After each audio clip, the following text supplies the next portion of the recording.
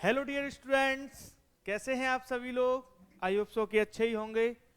तो बच्चों, ये जो क्लासेज हमने स्टार्ट की हैं ये 12th क्लास के बच्चों के लिए की हैं। पेपर आने वाले हैं, जैसा कि आपको पता ही है। फरवरी में पेपर स्टार्ट होने वाले हैं 12th के।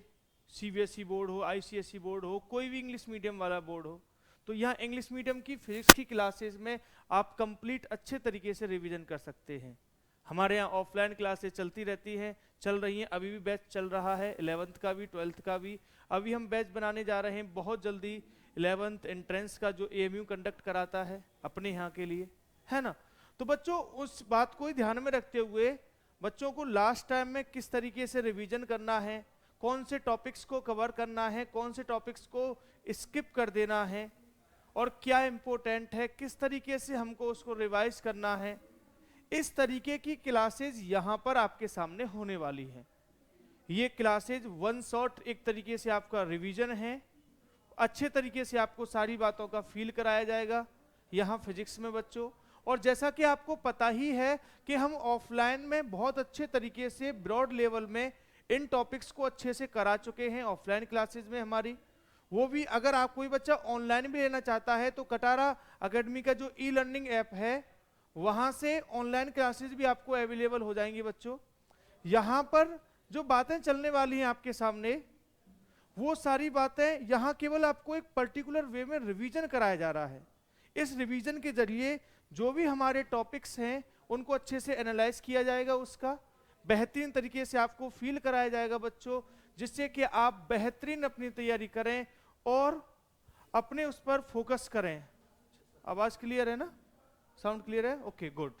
हाँ, तो बच्चों बात यही है कि आप अच्छे तरीके से, पूरे तरीके से बेहतरीन परफॉर्मेंस करें अपने बोर्ड में और बहुत अच्छी रैंक लेकर आएं। क्योंकि आपको पता है कि आप कोई भी कंपटीशन एग्जाम दें, चाहे जेई दें, चाहे नीट दें, चाहे एनडीए की तैयारी करें, आप किसी भी और भी कंपटीशन एग्जाम की तैयारी करें, लेकिन सबसे इंपॉर्टेंट जो बेस है वो है आपकी 12th क्लास।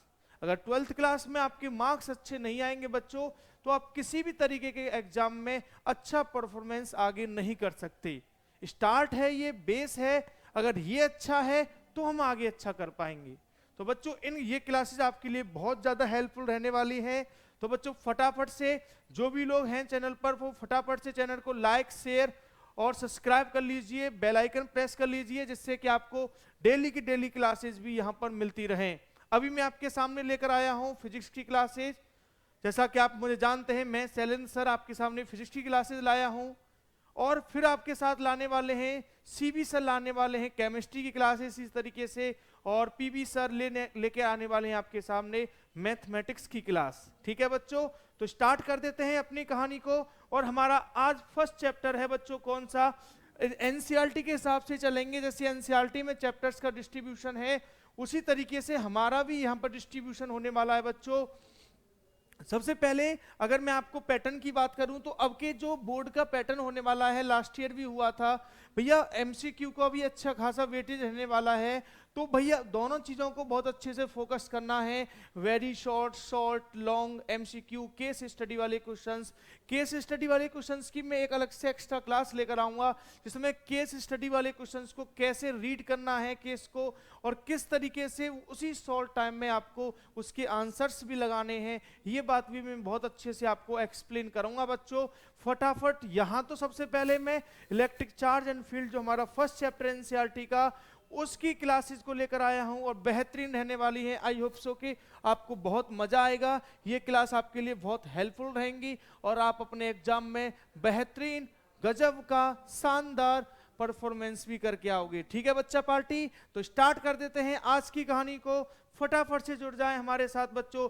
जितने भी लोग हैं देख रहे हैं हमें, वो फटाफट से लाइक शेयर ठोक दें, और बेहतरीन सेशन होने वाला है आज का बच्चों। इलेक्ट्रिक चार्ज से स्टार्ट करने वाले हैं अपनी कहानी को। इलेक्ट्रिक चार्ज यहां से स्टार्ट होने वाली है हमारी आज की बातें।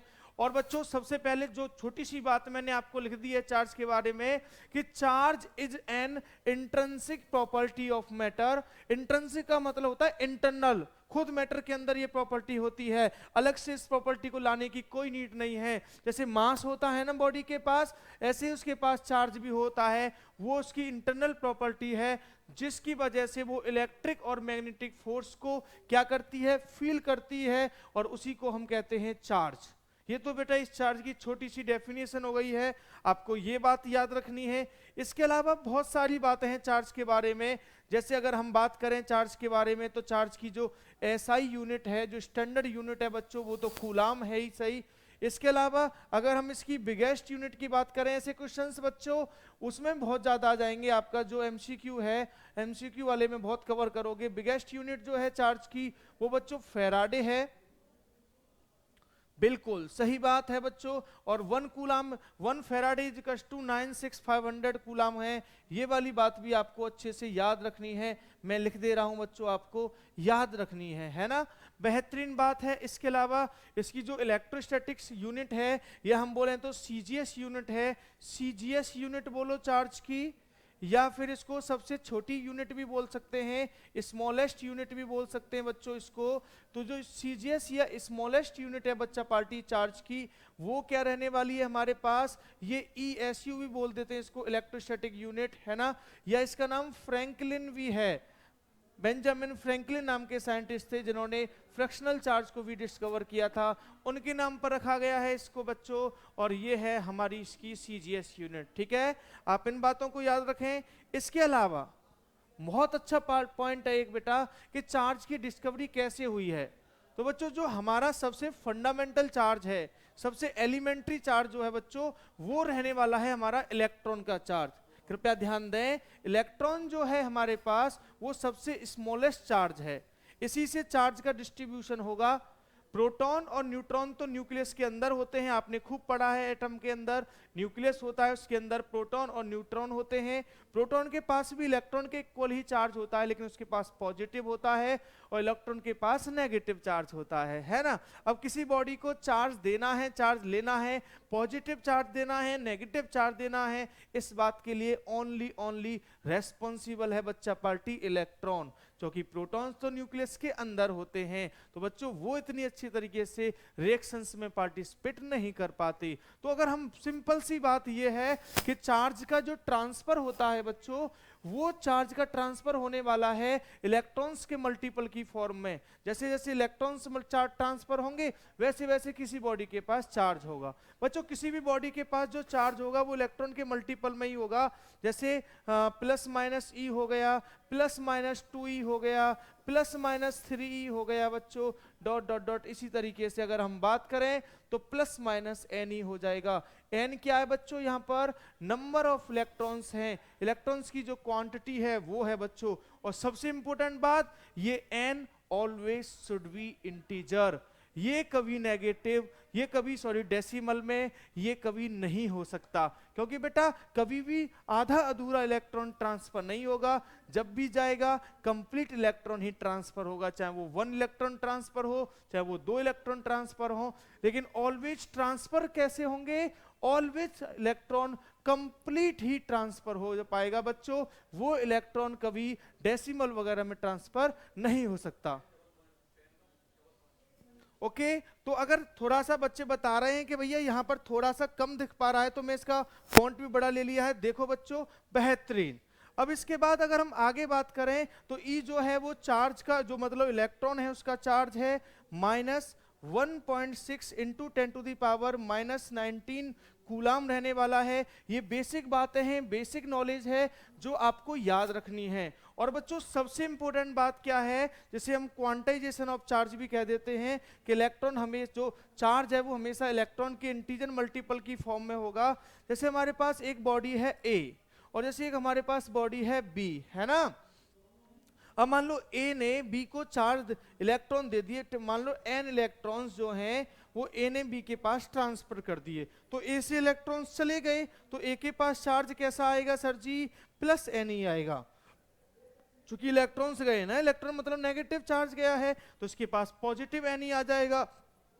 और बी के पास चार्ज क्या आएगा बच्चों, माइनस का एन ही आएगा, क्योंकि इसके पास इलेक्ट्रॉन्स क्या किए हैं, इसके पास इलेक्ट्रॉन्स आए हैं। ये बेसिक बातें आपको याद रखनी है। क्वेश्चंस बनते हैं यहाँ से, न्यूमेरिकल्स बन जाते हैं, शॉर्ट वाले क्वेश्चंस बन जाते हैं बच्चों, एमसीक्यू क्वेश्चंस बन जाते हैं। एक एक क्वेश्चंस को अपन को कलेक्ट करना है, मार्क्स को कलेक्ट करना है बच्चों अपनी को, क्योंकि हमारे लिए एक एक मार्क्स बहुत इंपॉर्टेंट है। और मैं ये प्रॉमिस करता हूं आपसे, गारंटी देता हूं बच्चों कि अगर आपने ये क्लासेस अच्छे से देख ली हैं तो बस आप बहुत अच्छा कर पाएंगे अपने एग्जाम में, बेस्ट परफॉर्मेंस कर पाएंगे। जितने भी सिलेक्टेड क्वेश्चंस हैं, सिलेक्टेड टॉपिक्स हैं, वो सारे यहां पर आपके सामने कवर होने वाले हैं, बस आप अच्छे से देखते रहें। ठीक है बच्चों, तो देखो प्लस एन ही हो गया, माइनस एन ही हो गया। जब ए से बी के पास इलेक्ट्रॉन ट्रांसफर होंगे तो जाहिर सी बात है इलेक्ट्रॉन हैज मास, जब मास है बच्चों तो फिर मास भी ट्रांसफर होगा। मतलब अपन क्या बोल सकते हैं, mass of A decreases while mass of B increases. जितना इसका कम होगा उतना उसका इंक्रीज हो जाएगा। ये बेसिक बातें आपको चार्ज से रिलेटेड बिल्कुल अच्छे से याद रखनी है। इसके अलावा चार्ज और मास में कुछ भैया हमारे पास क्या है, सिमिलरिटीज भी हैं, कुछ डिफरेंस भी हैं। जैसे अगर कोई बॉडी मोशन करती है तो उसका मास चेंज हो जाता है, मोशन की वजह से मास डिक्रीज हो जाता है बच्चों। जैसे बाबा आइंस्टीन कह के बता गए थे m = होता है m0 अपॉन अंडर रूट में 1 - v²/c²। लेकिन अगर कोई बॉडी मोशन कर रही है तो उसका चार्ज में कोई चेंज नहीं होगा। ये बेसिक बातें हैं, आपको ये सारी बातें यहां पर चार्ज से रिलेटेड जो हैं वो याद रखनी है। याद कर पाएंगे? बोलो हाँ, हो पाएगा ये वाली बातें, बेहतरीन। तो सबसे पहला टॉपिक हमारा इलेक्ट्रिक चार्ज ही था, इसी की बेसिक बातें हमने यहां से स्टार्ट की हैं, वो हमने यहां पर स्टार्ट कर लिया है। चार्ज के मोशन से रिलेटेड और भी बात बताऊं बच्चों, अगर चार्ज स्टेशनरी है, रेस्ट में है, तो ओनली इलेक्ट्रिक फील्ड प्रोड्यूस होगा उसके अराउंड। अगर चार्ज यूनिफॉर्म मोशन में है, अगर वो कांस्टेंट वेलोसिटी से मोशन कर रहा है बच्चों, तो वहां इलेक्ट्रिक फील्ड के साथ साथ मैग्नेटिक फील्ड भी जनरेट हो जाएगा। लेकिन अगर चार्ज एक्सेलरेटेड मोशन में है, एक्सेलरेशन के साथ मोशन कर रहा है, तो बच्चों फिर वहां पर उसके साथ electric field, magnetic field and electromagnetic waves, ये तीनों ही चीजें ही वहां पर प्रोड्यूस हो जाएंगी। ये सारी बातें आपको बहुत अच्छे से याद रखनी है। याद कर पाएंगे? बहुत अच्छे बच्चों। तो ये इलेक्ट्रिक चार्ज के बारे में मैंने सारी बातें आपको सिखाई हैं, आप इन चीजों को बहुत अच्छे से याद रखने वाले हैं। नेक्स्ट हमारे सामने आ चुका है बेटा, अब हम किसी बॉडी को चार्ज करना है तो हमारे पास कितने मेथड होते हैं। किसी भी बॉडी को चार्ज करने के बच्चों हमारे पास 3 मेथड्स होते हैं। कितने मेथड? 3 मेथड्स। उसमें फर्स्ट मेथड है चार्जिंग बाय कंडक्शन। कंडक्शन की वजह से किसी बॉडी को चार्ज करना बहुत आसान है बच्चों, बहुत आसान है। ये परमानेंट मेथड है हमारे पास किसी बॉडी को चार्ज करने का। जैसे मान लो हमारे पास एक बॉडी है A और एक बॉडी है हमारे पास B। तो अगर हमने A को B से कनेक्ट कर दिया है एक वायर की हेल्प से बच्चों, तो मान लो अगर A का पोटेंशियल कैसा है, हाई है। कृपया ध्यान दें, जैसे किसी बॉडी को मूव कराने के लिए फोर्स की रिक्वायरमेंट होती है, वैसे ही चार्ज को मूव कराने के लिए पोटेंशियल डिफरेंस की रिक्वायरमेंट होती है। अगर दो पॉइंट्स के बीच में पोटेंशियल डिफरेंस नहीं है, पोटेंशियल सेम है, तो वहां चार्ज का फिर ट्रांसफर नहीं हो पाएगा। और बच्चों ये हाई पोटेंशियल हो गया, ये बच्चों लो पोटेंशियल हो गया बच्चों। तो हाई से लो पोटेंशियल तक चार्ज तब तक ट्रांसफर होता जाएगा, कब तक ट्रांसफर होगा सर? जब तक दोनों पॉइंट्स का पोटेंशियल सेम नहीं हो जाता। मतलब ए का पोटेंशियल और बी का पोटेंशियल सेम नहीं हो जाता, जब तक चार्ज का ट्रांसफर होता रहेगा। और जैसे अगर हम बात करें चार्ज का डिस्ट्रीब्यूशन कैसे होता है, तो चार्ज का जो डिस्ट्रीब्यूशन होता है वो उनके साइज के अकॉर्डिंग होता है। जो भी उनका साइज है ना, उनके अकॉर्डिंग चार्ज का डिस्ट्रीब्यूशन होने वाला है। सर इस बात को एक क्वेश्चन के माध्यम से हम समझ पाते हैं। जैसे मान लो हमारे पास एक है इसकी रेडियस है बच्चों हमारे पास r1 है ना, और एक और स्फीयर है बच्चों इसकी रेडियस है हमारे पास r2। मान लो शुरुआत में इसके पास चार्ज q1 है, इसके पास चार्ज q2 है। अगर हमने इन दोनों को कनेक्ट कर दिया, कनेक्ट करने के दो तरीके हैं, या तो हम उनको किसी वायर की हेल्प से कर दें, कंडक्टर वायर की हेल्प से कनेक्ट करा दें, या फिर दोनों को बॉडीज को टच करा दें। तो इस कॉन्सेप्ट में बच्चों जो चार्ज का रीडिस्ट्रीब्यूशन होता है वो उनकी साइज के अकॉर्डिंग ऐसे हो जाएगा जैसे Q1 upon Q2 is equal to R1 upon R2। यानी जिसकी रेडियस ज्यादा होगी उसको चार्ज भी ज्यादा मिलेगा, जिसकी रेडियस कम रहने वाली है उसको चार्ज भी कम रहने वाला है। ये सारी बातें आपको चार्जिंग बाय कंडक्शन में अच्छे तरीके से फील करनी है। ओके बच्चा पार्टी, न्यूमेरिकल्स बनते हैं यहां से भी। नेक्स्ट आ चुका है नंबर 2 हमारे पास। नेक्स्ट मेथड है चार्जिंग बाय इंडक्शन। इंडक्शन का मतलब वही है, जैसे मान लो दो चीजें हैं भैया, जैसे कल शादी में गए हम और हम आपसे ये कहें कि बच्चों कल तो मैं शादी में गया, मैंने तो वहां रसगुल्ले खाए। अब जैसे मैंने बोला कि मैंने वहां रसगुल्ला खाए तो वहीं आपके मुंह में पानी आ गया, ऐसे करने लगे सर आप। तो बताइए, जबकि आपके पास रसगुल्ला आया थोड़ी ना है, लेकिन फिर भी आपके उसका जो टेस्ट है रसगुल्ले का वो आपके मुंह में ट्रांसफर हो चुका है। That is called induction. कोई भी टच नहीं किया है, बस दूर से ही वहां पर चार्जिंग हो गई है, इसी को हम इंडक्शन कहते हैं। इसको फील करते हैं बच्चों, जैसे मान लो हमारे पास एक बॉडी है ना, ये है हमारे पास बॉडी और बॉडी है ए। इस बॉडी के पास क्या कंसेप्ट है, इस बॉडी के पास पॉजिटिव चार्ज है, हाईली पॉजिटिव चार्ज इसकी सरफेस पर अपन ने डिस्ट्रीब्यूट किया है। हाँ एक बात और है, चार्ज जो है वो हमेशा कंडक्टर की सरफेस पर डिस्ट्रीब्यूट होता है, कंडक्टर के अंदर एंटर नहीं करता है और इक्वली डिस्ट्रीब्यूट हो जाता है।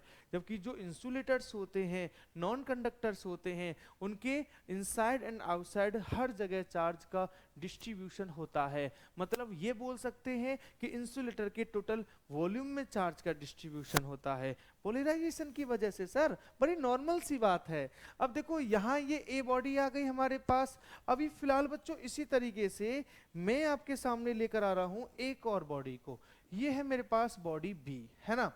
अभी इस बॉडी बी के साथ क्या कंडीशन है कि जो बॉडी बी है हमारे पास बच्चों, इसका एक प्रॉब्लम है कि इसके पास चार्ज नहीं है, ये चार्ज लेस है। लेकिन भैया चार्ज लेस है इसका मतलब ये थोड़ी ना है कि इसके पास इलेक्ट्रॉन्स प्रोटॉन्स नहीं होंगे। इसके पास टोटल पॉजिटिव और टोटल नेगेटिव चार्ज क्या हो रहा होगा, जीरो हो रहा होगा। इसीलिए इसको हम क्या बोलते हैं, डिस्चार्ज बोल देते हैं, है ना बच्चों। तो अभी क्या है कि ये जो प्लस वाला है इसका माइनस एक तरफ ले लेगा, बिल्कुल सही बात है, और प्लस को रिपल कर देगा, दूसरी तरफ कर देगा, बिल्कुल सही बात है बच्चों।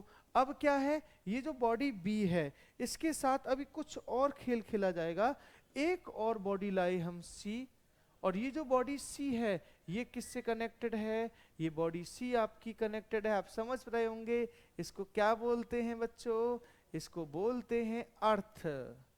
तो ये जो बॉडी सी है ये अर्थ से कनेक्टेड है, और इसको जो हमने यहाँ कनेक्ट किया तो जो टोटल पॉजिटिव चार्ज है ये सी के पास ट्रांसफर हो गया, तो बी के पास कैसा चार्ज आ गया है, अब नेगेटिव चार्ज आ गया है। वाइल ए के पास कैसा चार्ज था, पॉजिटिव चार्ज था। तो यही एक और कॉन्सेप्ट बनता है, छोटा सा फॉर्मूला है।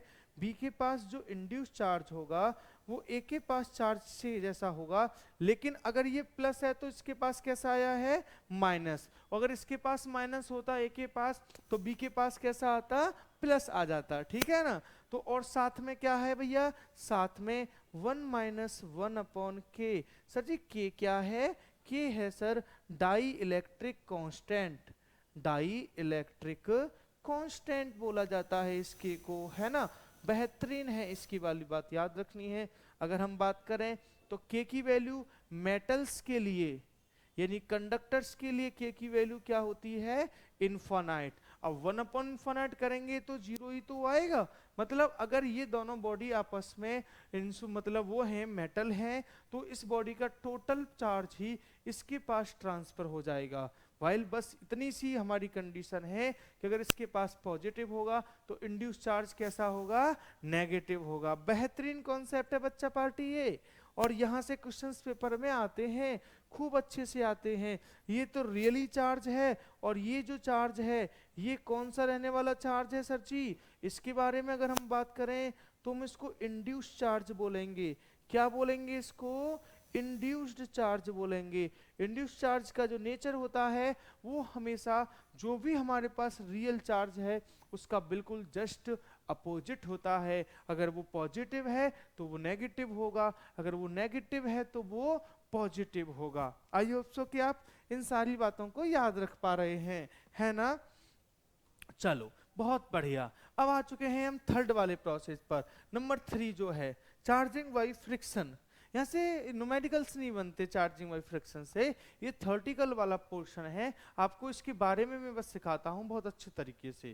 जैसे हमारे पास दो बॉडी हैं, ए बॉडी बी। अगर हम इन दोनों को रब करें तो जब हम इन दोनों को रब करते हैं तो फ्रिक्शन की वजह से इन दोनों के बीच में हीट एनर्जी प्रोड्यूस हो जाएगी। अरे फ्रिक्शन की वजह से हीट एनर्जी प्रोड्यूस होगी कि नहीं होगी? बिल्कुल होगी सर। और जब इन दोनों के बीच में हीट एनर्जी प्रोड्यूस हो जाएगी बच्चों, तो फिर क्या कंडीशन होने वाली है कि इलेक्ट्रॉन एक बॉडी से दूसरी बॉडी के पास ट्रांसफर हो जाएंगे। ठीक है बच्चों, वही वाली बात हम यहाँ पर चार्जिंग बाय फ्रिक्शन में बहुत अच्छे तरीके से बच्चों फील करते हैं। तो बेहतरीन है ये वाला कॉन्सेप्ट, और ये भी आपको याद रखना है। ठीक है, फ्रिक्शन में बहुत ज़्यादा नहीं आता। जैसे अगर आप देखें तो जो लाइटनिंग होती है, बारिश के टाइम पे लाइटनिंग होती है ना, वो इसी की वजह से होती है, चार्जिंग बाय फ्रिक्शन की वजह से। और इसी बात को अच्छे से देखने के लिए आप देखा होगा आपने कि जो बड़े बड़े बिल्डिंग्स होती हैं, टावर्स जो होते हैं, उनकी रूफ पर अगर लाइटनिंग डायरेक्ट अटैक करती है तो रूफ वहां से ब्रेक हो जाती है, फट जाती हैं। इसलिए बेंजामिन फ्रैंकलिन नाम के साइंटिस्ट ने भैया लाइटनिंग कंडक्टर को डिस्कवर किया। लाइटनिंग कंडक्टर जो है वो बिल्डिंग्स के बिल्कुल टॉप पर लगाया जाता है, और वहां से जो लाइटनिंग आती है उसको एब्जॉर्ब कर लेता है, जिससे कि रूफ हमारी सेफ रहती है। तो ये बेसिक बात है हमारे पास। ऐसी बातों से ना केवल हमारे पास बोर्ड में अच्छे मार्क्स आ सकते हैं, इसके अलावा हम कंपटीशन एग्जाम में भी बहुत अच्छा परफॉर्मेंस कर सकते हैं। और सबसे इंपॉर्टेंट बात बच्चों मैं आपको बता दूं कि हमारे बोर्ड के एग्जाम में अप्रोक्स 18-20 क्वेश्चंस एमसीक्यू भी आने वाले हैं। और उन एमसीक्यू क्वेश्चंस के लिए बच्चों हमारे पास क्या होना चाहिए? हमारे पास एक अच्छी तरीके से ये सारी चीजें हमारे पास आनी चाहिए। ठीक है बच्चों, तो बेहतरीन कॉन्सेप्ट वाली बात है ये भी। और अब आ चुका है आपका बिल्कुल जाना पहचाना, और ये है भैया कूलम भाई का लॉ, कूलम्स लॉ। कूलम भाई ने जो बातें बताई थी वो पॉइंट चार्ज के लिए बताई थी। सबसे पहली बात ये याद रखेंगे, दो पॉइंट चार्ज के बीच में जो इलेक्ट्रिक फोर्स फाइंड करना होता है तो वो हम कूलम्स भाई की हेल्प से फाइंड कर सकते हैं। सर दो चार्जेस के बीच में इलेक्ट्रिक फोर्स मींस हम नहीं समझे, पॉइंट चार्ज का मींस क्या है? सर पॉइंट चार्ज का मींस है कि जिनका बीच का जो डिस्टेंस है वो उनके साइज के कंपैरिजन में बहुत ज्यादा है, उनको हम कहते हैं कूलम्स, मतलब पॉइंट चार्ज। जैसे मान लो एक फुटबॉल है, वो मेरे पास यहाँ रखी हुई है, और एक फुटबॉल यहाँ से 5 किलोमीटर, 2 किलोमीटर, 1 किलोमीटर डिस्टेंस पर रखी हुई है। तो फुटबॉल का जो साइज है वो फुटबॉल्स के बीच की डिस्टेंस के कंपैरिजन में नेग्लेबल है। ऐसे चार्जेस को ही अपन पॉइंट चार्ज कहते हैं, और पॉइंट चार्ज के लिए ही कूलम्स लॉ जो है वो वैलिड है। तो ये कूलम्स लॉ की लिमिटेशन हो गई है ना बच्चों। पहले पता तो होना चाहिए ना कूलम्स लॉ कहाँ कहाँ अप्लाई कर सकते हैं।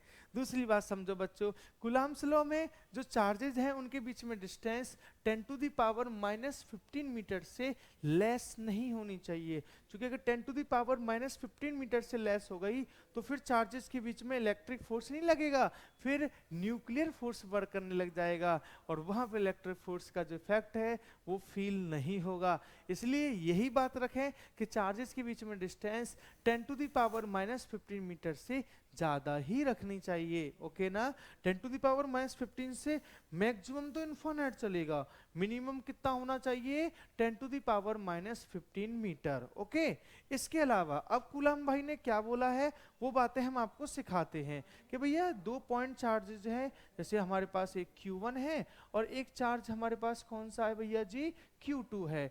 both charge are placed at r distance. ऐसे ऐसे बना बना के लिखते ना, मैंने बताया कितने अच्छे तरीके से। भैया ऐसे लिखो एग्जामिनर के पास कि उसे कुछ नहीं आता। अगर आप इस तरीके से एग्जामिनर के लिए लिखोगे तो आपको वो बेहतरीन मार्क्स देने वाले हैं और आपको कंप्लीट पता होने वाला है। बहुत सारे बच्चे क्या करते हैं, पता होता है लेकिन उस इतने अच्छे तरीके एफर्ट से लिखते नहीं हैं। आप चाहे तो उनको ये सब कह सकते हैं कि वो लिखने में लेजी हैं। अब पता है और ना लिख रहे हैं, लिखोगे नहीं बच्चों, आप कितना भी जानते हो एग्जामिनर को उससे कोई फर्क नहीं पड़ता। एग्जामिनर को फर्क पड़ता है कि आपने लिखा क्या है। जो वहाँ जो एग्जाम की जो बुक है, जिसमें नोटबुक है, जिसमें लिखा है, उसके बारे में पता होना चाहिए। वो आपको डिसाइड करेगी कि आपका टैलेंट क्या है। आप जानते कितना है उससे कोई फर्क नहीं पड़ता उसको। इसीलिए बिल्कुल क्लियर, बिल्कुल क्लियर और बिल्कुल सही तरीके से लिखें, न ज्यादा न कम, ऐसा कि एग्जामिनर को सब समझ में आए। ठीक है बच्चों, तो इस तरीके से Q1 Q2 है, आर डिस्टेंस पर रखे हैं। इनके बीच में अप्लाइड फोर्स जो है बच्चों, F प्रोपोर्शनल टू होता है product of their charges Q1 Q2 and the inversely proportional to square of distance between them. तो F proportional to Q1 Q2 upon r square. Proportional के साइन को हटा डाला तो एक छोटा सा कांस्टेंट लेकर आए अपन, और वो कांस्टेंट होता है बच्चों 1/4 पाई एप्सिलॉन नॉट। बच्चों इसको के भी बोल देते हैं अपन, Q1 Q2 upon r square, है ना। ये सारी बातें आपको यहाँ पर याद रखनी है। ओके बच्चों, ये जो 1/4 पाई एप्सिलॉन नॉट है, इसकी वैल्यू कितनी होती है सर जी, जरा हमें बताओगे। 9 × 10⁹ न्यूटन मीटर स्क्वायर पर कूलम स्क्वायर। इसका डायमेंशन फॉर्मूला भी हमसे पूछा जा सकता है, तो सारी बातें आप याद रखेंगे। यहाँ ये जो एप्सिलॉन नॉट है, ये है electric permeability of free space. इसकी वैल्यू होती है 8.85 10⁻⁻12। उल्टा कर दो डायमेंशंस को, कैसे कैसे कैसे सर, कूलम स्क्वायर पर न्यूटन मीटर स्क्वायर। ये वाली बात आपको यहाँ पर याद रखनी है। क्या आप इन सारी बातों को याद रख पाएंगे भैया, कर पाएंगे ना आप ऐसी बातें। इसके अलावा कूलम्स लॉ के बारे में कुछ और भी बातें जिन्हें अपन स्किप कर देते हैं, ये जानने की कोशिश नहीं करते, और यहाँ से जब क्वेश्चंस आ जाते हैं, एमसीक्यू वगैरह आ गए या वेरी शॉर्ट क्वेश्चंस आ गए, तो फिर हम परेशान हो जाते हैं। हमें लगता है कि सर पता नहीं हम कहाँ से करके आए हैं, क्या नहीं सीख कर आ पाए हैं अपन। तो वही सारी बातें बच्चों यहाँ पर बहुत अच्छे से मैं आपको सिखाने वाला हूँ। जैसे सबसे पहली बात क्या आने वाली है बच्चों, यहाँ पर Q1 Q2 के बारे में अगर अपन बात करें, तो बच्चों ये जो कूलम्स लॉ है, ये न्यूटन बाबा की बात को फॉलो करता है। सर न्यूटन बाबा ने तो ढेर सारी बातें बताई हैं, कौन सी बात फॉलो करता है बच्चों, ये न्यूटन्स के थर्ड लॉ, जो न्यूटन्स का मोशन का थर्ड लॉ है, उसको फॉलो करता है। एक्शन रिएक्शन, जैसे हमने बोला ना, the force between 2 point charges, ये तो बोलते हैं इसकी डेफिनेशन, बोलते हैं the force between 2 point charges is directly proportional to product of their charges and inversely proportional to the square of distance between them, है ना। तो यहाँ जो फोर्स के बारे में आपसे बोला गया है, इन दोनों के बीच में बिटवीन का मतलब है कि जो फोर्स Q1 Q2 पर अप्लाई करेगा, वही फोर्स Q2 Q1 पर भी अप्लाई करेगा। अगर मैं आपको वर्ड्स में समझाऊं बहुत अच्छे से, तो कुछ इस तरीके से आप समझ सकते हैं कि F12 vector is equal to -F21 vector.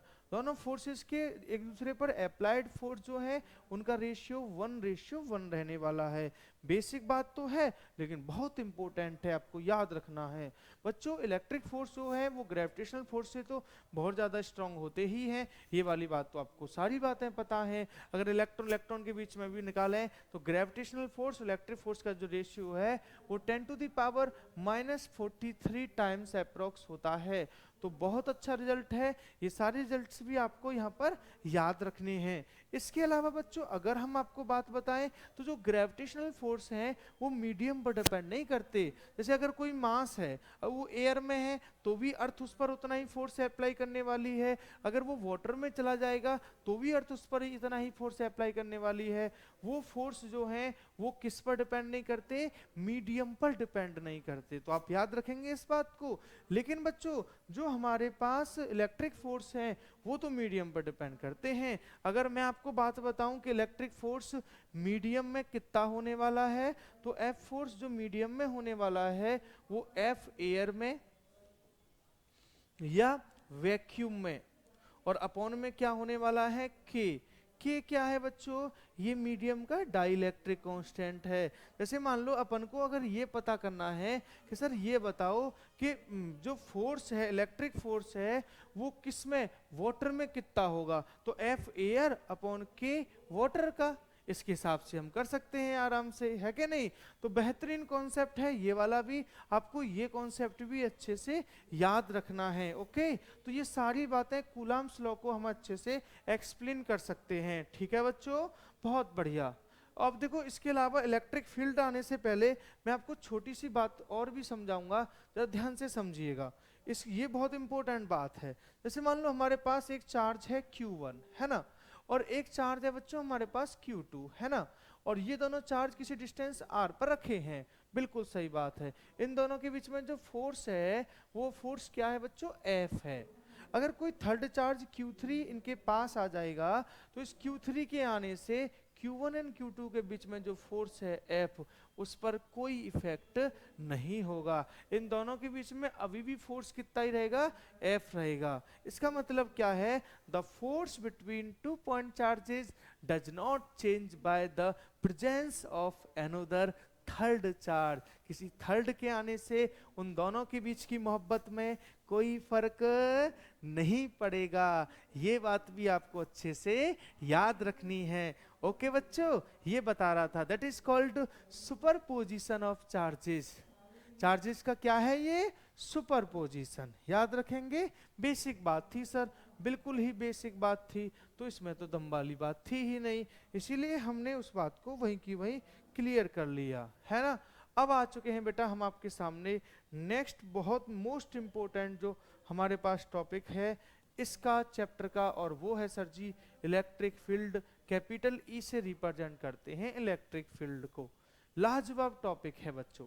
Electric field को हम ऐसे इमेजिन करें जैसे एक वल्व है, अब वल्व ग्लो कर रहा है, तो वल्व के अराउंड जो लाइट है, रोशनी होगी, उसकी इंटेंसिटी जो होगी वो उसके वल्व के अराउंड होगी।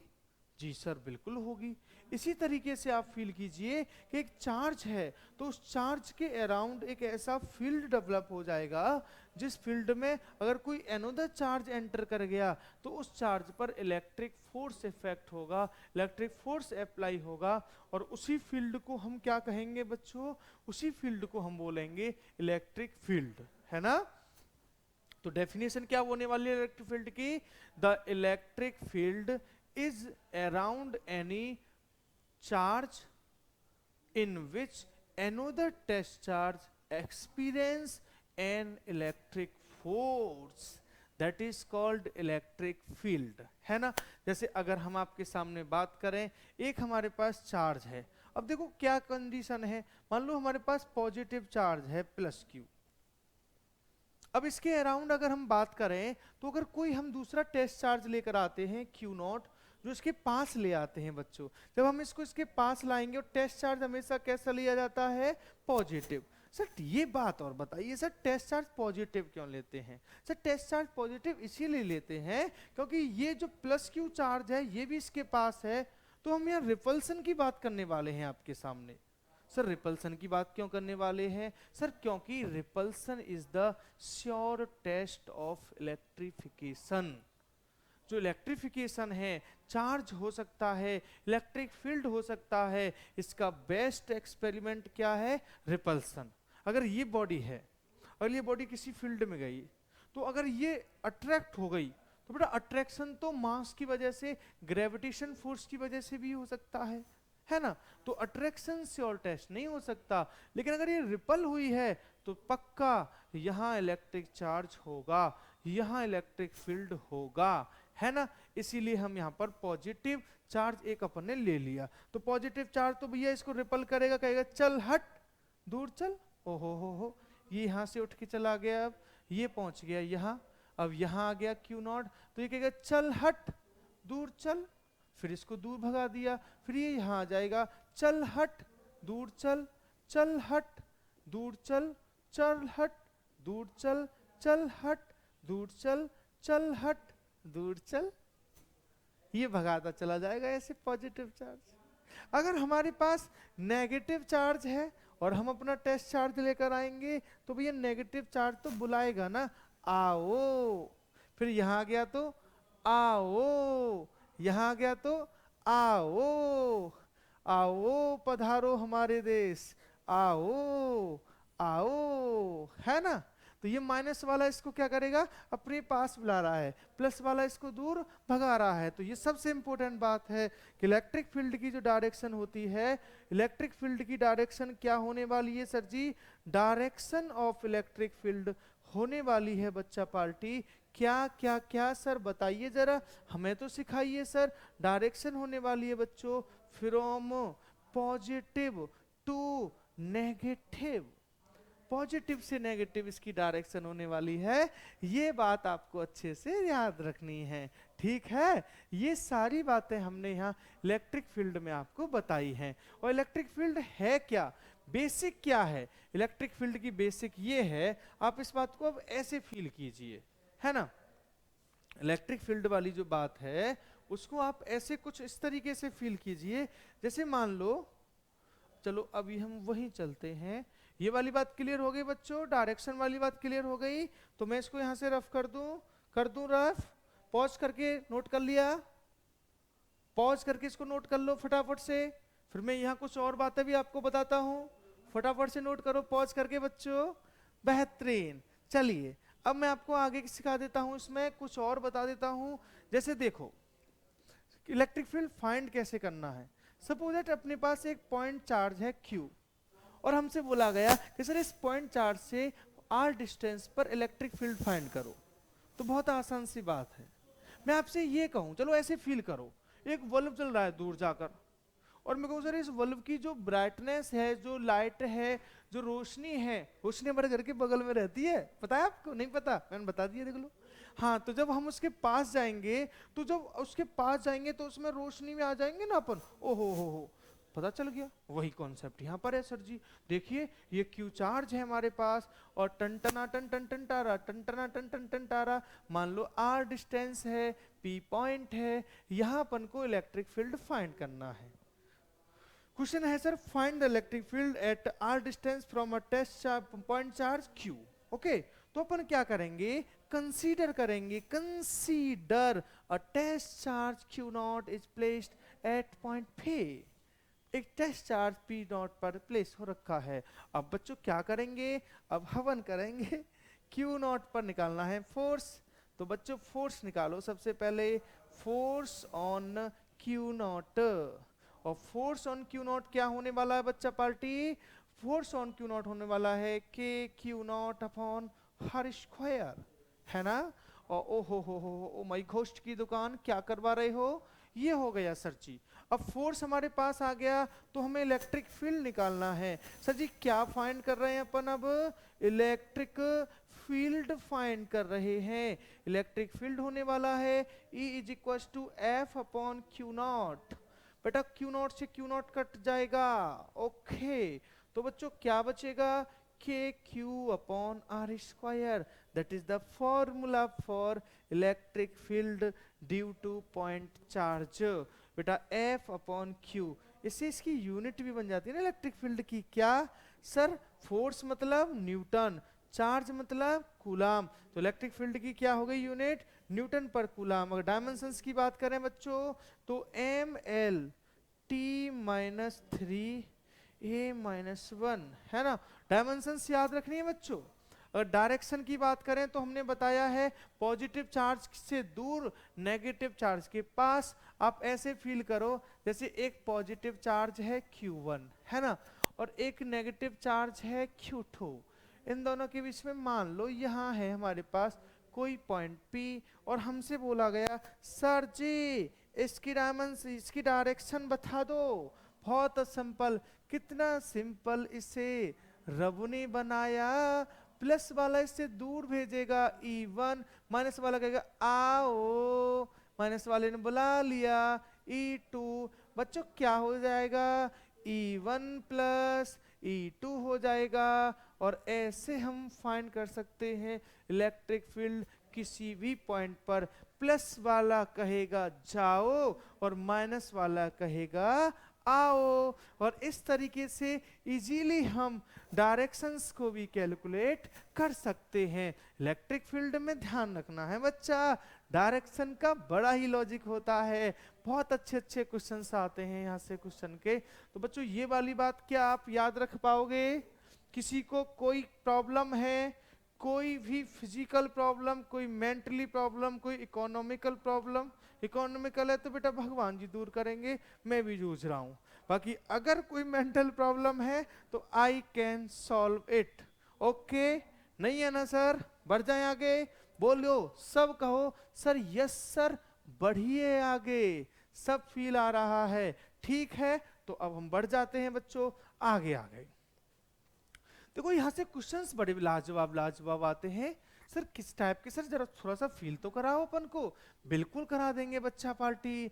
जैसे हमारे पास ये रहा, टन टना टन टन टन टारा चलती है क्या 9 से 12।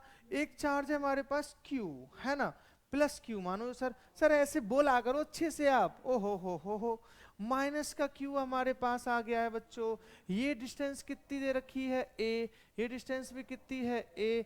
ये है हमारे पास equilateral triangle, 60 degree angle, 60 degree angle होता ही है। वो तो सर हमें क्या सिखा रहे हो, हम सब जानते हैं, आपसे ज़्यादा जानते हैं, वो तो मुझे पता है बच्चों, आप मुझसे ज़्यादा जानते हो मैथमेटिक्स। मैं तो बस ऐसे ही मजाक कर रहा था। प्लस वाला कहेगा जाओ बच्चों जाओ, प्लस वाले का इलेक्ट्रिक फील्ड ये हो गया E प्लस, और माइनस वाला कहेगा आओ, माइनस वाले का ये आ गया E माइनस। लेकिन प्लस माइनस दोनों सेम रहने वाले हैं। हाँ सर, आप शुरू से चालू हो, आपने किया इस तरीके से है, दोनों सेम रख दिए। हाँ बच्चों, कैलकुलेशन नहीं, फीलिंग्स को समझो बच्चों, वर्ड्स पे मत जाओ बल्ली। ये हो जाएगा, और ये कितना हो जाएगा, KQ/A², है ना?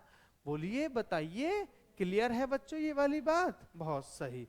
अब अगर हम बात करें तो इन दोनों का जो नेट इलेक्ट्रिक फील्ड आएगा E नेट, वो यही तो आने वाला है। इस पॉइंट को मैंने P मान लिया तो P आने वाला है नेट वाला फील्ड। बिल्कुल सही बात है सर जी। अगर ये एंगल हमारे पास कितने का है, 60 का है, तो ये एंगल भी हमारे पास कितना रहने वाला है, 60 रहने वाला है ना? अब अगर हम बात करें बच्चों तो बड़ा आसान सा लॉजिक है यार। E प्लस का इधर आएगा, क्या आएगा इधर, E cos थीटा आएगा, है ना? और ये जो ये वाला है इसका भी तो ये भी तो 60 होने वाला है, तो एक और E cos थीटा आएगा। यानी यहाँ पर अगर हम बात करें तो EP कितना होने वाला है, 2E cos theta. cos theta कितना है, 60, तो बेटा ये होने वाला है 2E। और 2E कितना बच्चों, 2 इंटू KQ/A², और cos 60 की वैल्यू बच्चों कितनी रहने वाली है, 1/2 रहने वाली है। तो इस 2 से 2 कट जाएगा, 2 से 2 यहाँ पर उड़ जाएगा, तो कितना आने वाला है, KQ/A² रहने वाला है। ये इलेक्ट्रिक फील्ड आ जाएगा P पॉइंट पर, और यही हमें फाइंड करना था। देखो ये वाला है ना, इसका कंपोनेंट इधर आएगा cos थीटा, इसका भी कंपोनेंट इधर आएगा, तो 2E cos थीटा हो जाएगा ना। साइन साइन वाला उसका ऊपर उसका नीचे, तो कट हो जाएंगे, है कि नहीं? आराम से हो गया ना? बताइए, बिल्कुल भी दम वाली बात तो नहीं है इसमें। ऐसे क्वेश्चंस आप कर सकते हैं आराम से। बोलो, पॉज करके जल्दी से नोट करो फटाफट से। पॉज कर लिया, नोट करो फटाफट से। फिर मैं एक और क्वेश्चन बताता हूं यहाँ पर। मैं रंग शरबतों का, तू मीठे घाट का पानी, मुझे खुद में घोलने दो। पॉज करके कर लिया? वेरी गुड, बहुत अच्छे, शाबाश, करोगे कुछ एक दिन। चलो नेक्स्ट क्वेश्चन मैं आपके सामने लेकर आया हूं एक और बच्चों। जैसे कि ये हो गया, टन टना टन टन टन टारा चलती है क्या 9 से 12। सर एक ही गाना आता है, आप उसको बार बार गाते रहते, तो क्या करूं बच्चों? नहीं आते तो बताओ, मेरा भी तो दिल है ना, मैं भी तो गाना चाहता हूं ना। Plus plus plus. Okay darling, इस वाले पर हम निकालने वाले हैं और ये पॉइंट क्या है P। ये भी A मान लीजिए, ये भी A हो गई, ये भी A हो गया। ये कितना हो जाएगा, ये हो जाएगा √2a, है ना। अब इस पर फाइंड करें। बेहतरीन क्वेश्चन है बच्चों, ये भी लाजवाब शानदार। देखो बच्चों, ये जो है ये भाई साहब इधर जाने वाले हैं, है ना। मान लो E हो गया इनका, ये भाई साहब भी इधर भेजने वाले हैं, ये E हो गया इनका। इन दोनों भाई साहब का इधर होने वाला है, चूंकि दोनों परपेंडिकुलर है ना। ओ हो, परपेंडिकुलर नहीं है तो कितना हो जाएगा ये, √2 ही नहीं हो जाएगा। बिल्कुल सर, सही पकड़े हैं सर आप तो, बहुत सही सर। और ये भाई साहब इधर ही नहीं भेज देंगे इसको, ये कहेंगे ना जाओ जाओ जाओ, इधर ही जाओ। मान लो इसको मैं मान लो इसका मान लो E1 है ना, E1 तो P पॉइंट पर इलेक्ट्रिक फील्ड कितना हो जाएगा, EP = E1 प्लस, सब एक ही तरफ हैं तो सबको ऐड कर दो। बिल्कुल सही बात है, अलग होते तो एंगल वेंगल देखा जाता। अभी तो जब सब एक ही तरफ हैं, सबको बस सीधे सीधे सीधे सीधे इसी तरीके से क्या कर दिया जाएगा। आप लोग खूब अच्छे से फील कर पा रहे हो, आई होप सो के मजा आ रहा है बच्चों। तो अगर आपको मजा आ रहा है तो फटाफट से लाइक से ठोक दो बच्चों, बेहतरीन है। E1 की बात करवाओ, यहाँ पर क्या होने वाला है, KQ अपॉन ये √2a का होल स्क्वायर, तो 2a² कर दीजिए सर। और √2 क्या E की वैल्यू, E तो इनकी वजह से ना KQ upon a², KQ upon a²। हाँ सर, बिल्कुल सही बता रहे हैं सर आप। हाँ जानता हूँ बच्चों, इतना तो जानता ही हूँ मैं। KQ upon a² 1/2 plus √2। लो जो लो, ऐसे ऐसे क्वेश्चन कर पाएंगे सर, हम कर पाएंगे। बताइए, पॉज करके जल्दी से नोट करो, फिर मैं दूसरी बात बताऊंगा। एक और अच्छी कहानी सिखाऊंगा तुम्हें। इलेक्ट्रिक फील्ड बहुत शानदार टॉपिक है, लाजवाब टॉपिक है बच्चों, बेहतरीन टॉपिक है इलेक्ट्रिक फील्ड वाला। आप अच्छे से फील करते रहें इस टॉपिक को, बहुत बढ़िया। आगे बढ़ जाएं, पॉज करके कर लिए नोट, रफ कर दूं रफ, बोल दो, बोल दिया सर, ठीक है कर दीजिए सर। इतना टाइम वेस्ट मत कीजिए सर हमारा, फटाफट से रफ करके आगे बढ़ जाया करो। ओके बच्चों, मैं आपके टाइम की कद्र करता हूँ बच्चों, आप डोंट वरी रहें। मैं आपका टाइम बहुत ज़्यादा वेस्ट नहीं करने वाला, बहुत अच्छी अच्छी चीज़ें आपको सिखाने वाला हूँ। बोलो हाँ हाँ। अब आगे बढ़ जाता हूँ। देखो कुछ इस टाइप के क्वेश्चन भी आ जाते हैं हमारे पास, जैसे ये आ जाए बोल गए नहीं बोले +4Q आ गया, एक हो गया +9Q आ गया, है ना। अब ये दोनों जो हैं वो R डिस्टेंस पर रखे हैं। कितनी डिस्टेंस पर है, मान लो डिस्टेंस मान लीजिए इन दोनों के बीच में 1 मीटर है। अब क्वेश्चन आएगा, find the point from small charge where total electric field is 0। मतलब स्मॉल चार्ज से कितनी डिस्टेंस पर टोटल इलेक्ट्रिक फील्ड 0 होगा। अगर ये प्लस है वो भी प्लस है, दोनों एक दूसरे को ऐसे रिपल करेंगे, चल हट, दोनों के बीच में कोई ऐसा पॉइंट जरूर आएगा जहां दोनों का इलेक्ट्रिक फील्ड इक्वल होगा। और जहां दोनों का इलेक्ट्रिक फील्ड इक्वल हो जाएगा बच्चा पार्टी, वहीं पर नेट इलेक्ट्रिक फील्ड 0 हो जाएगा, है ना। ऐसे कर डालेंगे बस, अरे चुटकियों में कर डालेंगे बस। तुम ना इसी तरीके से पढ़ते रहो हमारे साथ, पढ़ते रहो, बढ़ते रहो, आगे बढ़ते रहो सरकार। अब हम बात करें, हम कहें let at x distance from 4Q charge the electric field will be 0। क्यों, यहां पर मान लो ये फर्स्ट वाला है, ये सेकंड वाला है, तो एट P पर क्या होगा, P पर बच्चों E1 = E2 होगा। E1 कितना हो जाएगा, यहाँ पर ये x है, तो ये वाली डिस्टेंस कौन बताएगा, मैं बताऊंगा सर, मैं यस सर। E1 = E2, इसकी वजह से कितना हो जाएगा बच्चों, k × 4Q upon x² = k × 9Q upon 1 - x का होल स्क्वायर। k से k उड़ जाएगा, q से q उड़ जाएगा बच्चा पार्टी। यहाँ पर स्क्वायर रूट ले लेंगे, 2 आएगा ऊपर, नीचे आएगा x, 3 आएगा ऊपर, नीचे आएगा 1 - x, क्रॉस करो, multiplication 2 minus 2x is equal to 3x, 5x is equal to 2, x is equal to बच्चा पार्टी 2/5 मीटर हो जाएगा। और लाजवाब क्वेश्चन, लाजवाब इसका आंसर। कितना प्यारा क्वेश्चन है और आसानी से हमने इस क्वेश्चन को सॉल्व कर लिया है। तो बिल्कुल भी टेंशन लेने की जरूरत नहीं है डियर, डोंट फिकर डियर, सॉल्यूशन इज हियर। तो आपको कोई टेंशन लेने की नीड नहीं है। और ऐसे क्वेश्चंस को देख पा रहे हो कितने आसान तरीके से हम सॉल्व कर पा रहे हैं। मजा आ रहा है तो भैया फटाफट से लाइक ठोक दें। बेहतरीन। अब हम आगे बढ़ जाते हैं आपके सामने और कुछ अच्छी अच्छी बातें आपके सामने बताएं। जैसे एक बहुत अच्छा कॉन्सेप्ट बनता है यहाँ से, इलेक्ट्रिक फील्ड के रिगार्डिंग ही बनता है बच्चों।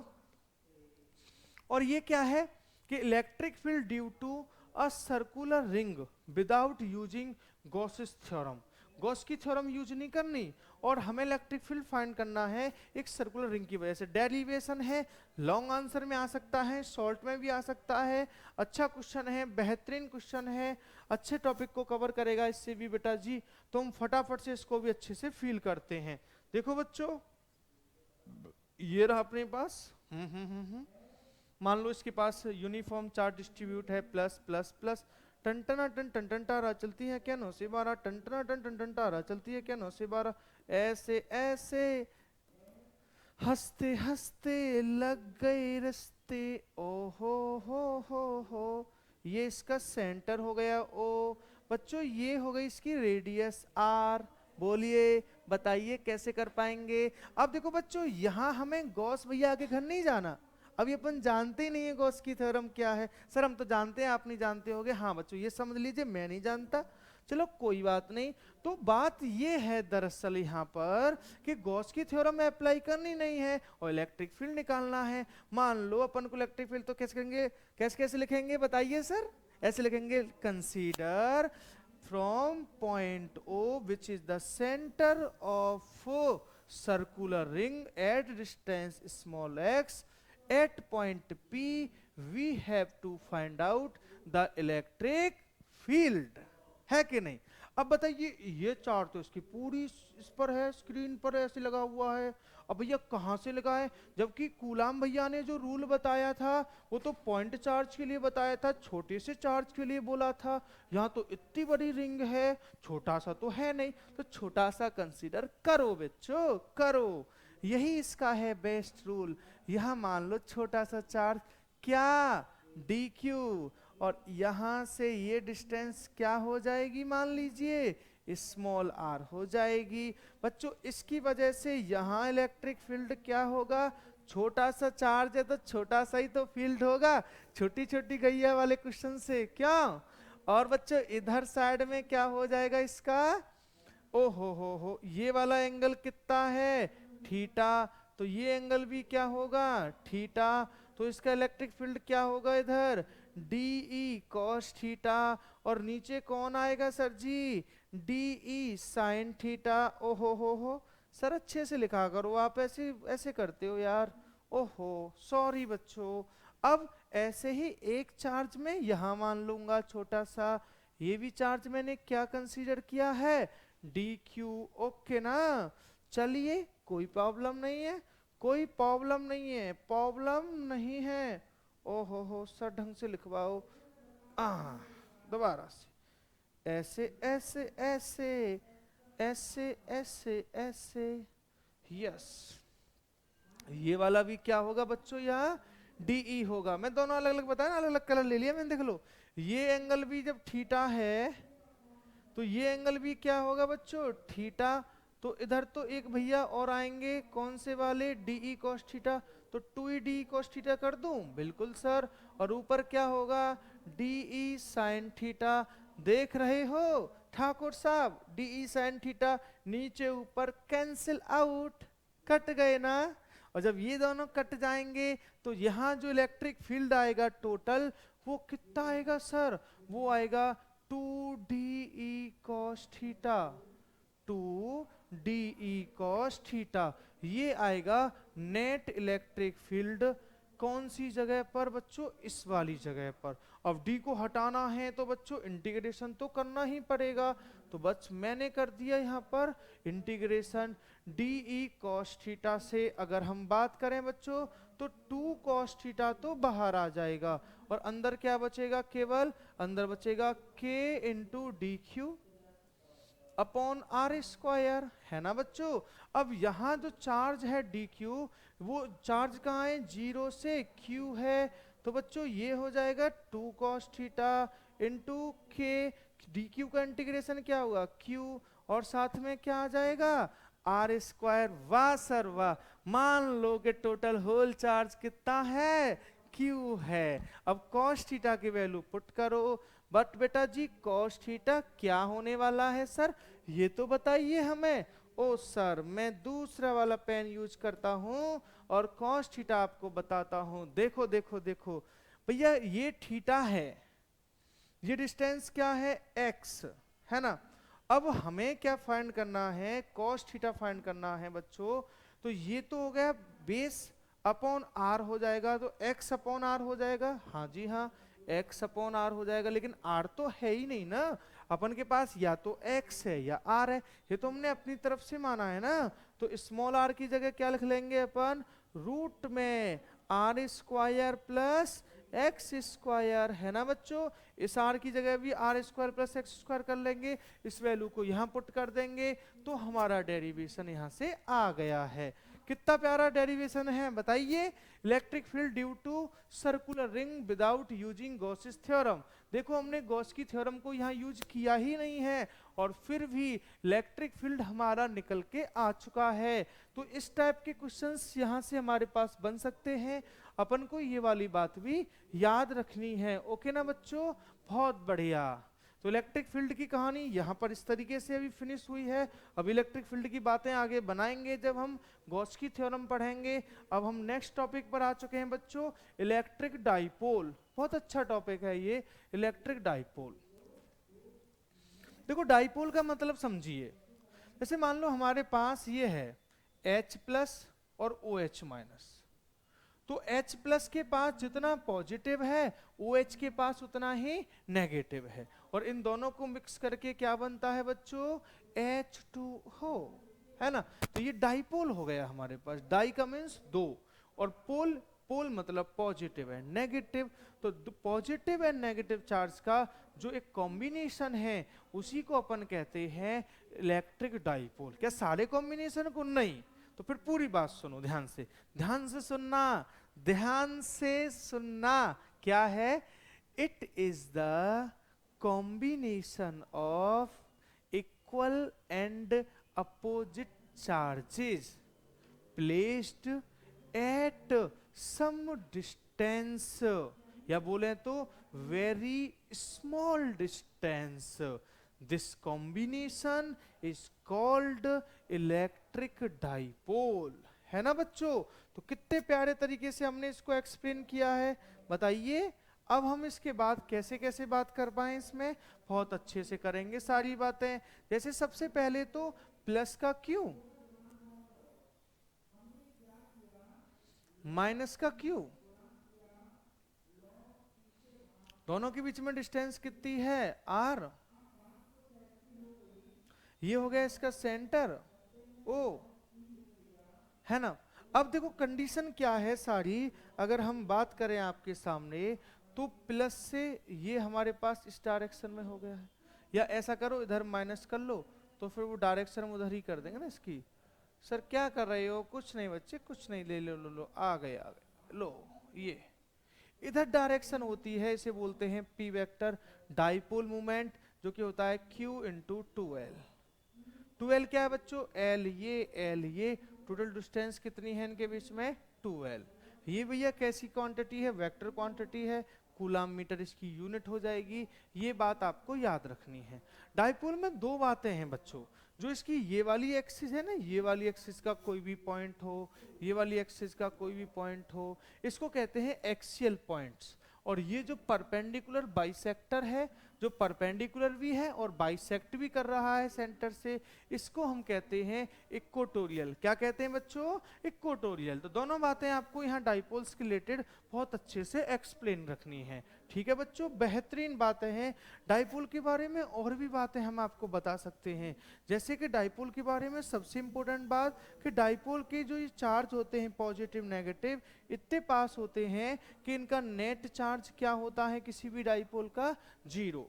बेहतरीन कौन सा क्वेश्चन बनता है यहाँ से? जैसे क्वेश्चन बोला जाए कि भैया फ्लक्स को जोड़कर क्वेश्चन बना देंगे, यहाँ पर आपके लिए न्यूमेरिकल आ सकता है, एमसीक्यू आ सकता है बच्चों। और वो ये होगा कि मान लीजिए कि बहुत सारे डाइपोल्स हैं, वो एक सरफेस के अंदर रखे हैं, क्यूब के अंदर रखे हैं, then find the flux throughout the surface. तो भैया डाइपोल्स बहुत सारे हैं, इन सभी का नेट चार्ज 0 हो जाएगा, और जब नेट चार्ज 0 हो जाएगा तो फिर फ्लक्स भी क्या होगा? 0 होगा। तो ये वाली बात है, ऐसे हम यहाँ पर याद रख सकते हैं। डाइपोल मूवमेंट की जो डायरेक्शन है वो माइनस से प्लस की तरफ होती है। ये वाला कॉन्सेप्ट भी आपको यहाँ पर याद रखना है। माइनस से कहाँ होगी direction? From negative to positive. Okay, ये सारी बातें आपको डाइपोल से रिलेटेड याद रखनी है। चलिए डाइपोल के बारे में और बातें फील करते हैं। अपन निकालते हैं electric field eight axial position of dipole. थोड़ा सा डेरिवेशन है छोटा सा। देखो बच्चों क्या है, माइनस का चार्ज हो गया, ये यहाँ पर हो गया प्लस का चार्ज, ये डाइपोल हो गया। लिखेंगे consider a dipole having charge q and the distance between dipole charge is 2l, l 2l. Now we have to find out the electric field at small r distance from the center of dipole at axial point capital P। है ना बच्चों? Axial point पर हमें क्या find करना है? Electric field find करना है। लाजवाब है कॉन्सेप्ट, अच्छे से बस एक एक बात अच्छे से सीख जाओगे बच्चों, फिर आपको कोई प्रॉब्लम नहीं होने वाली है।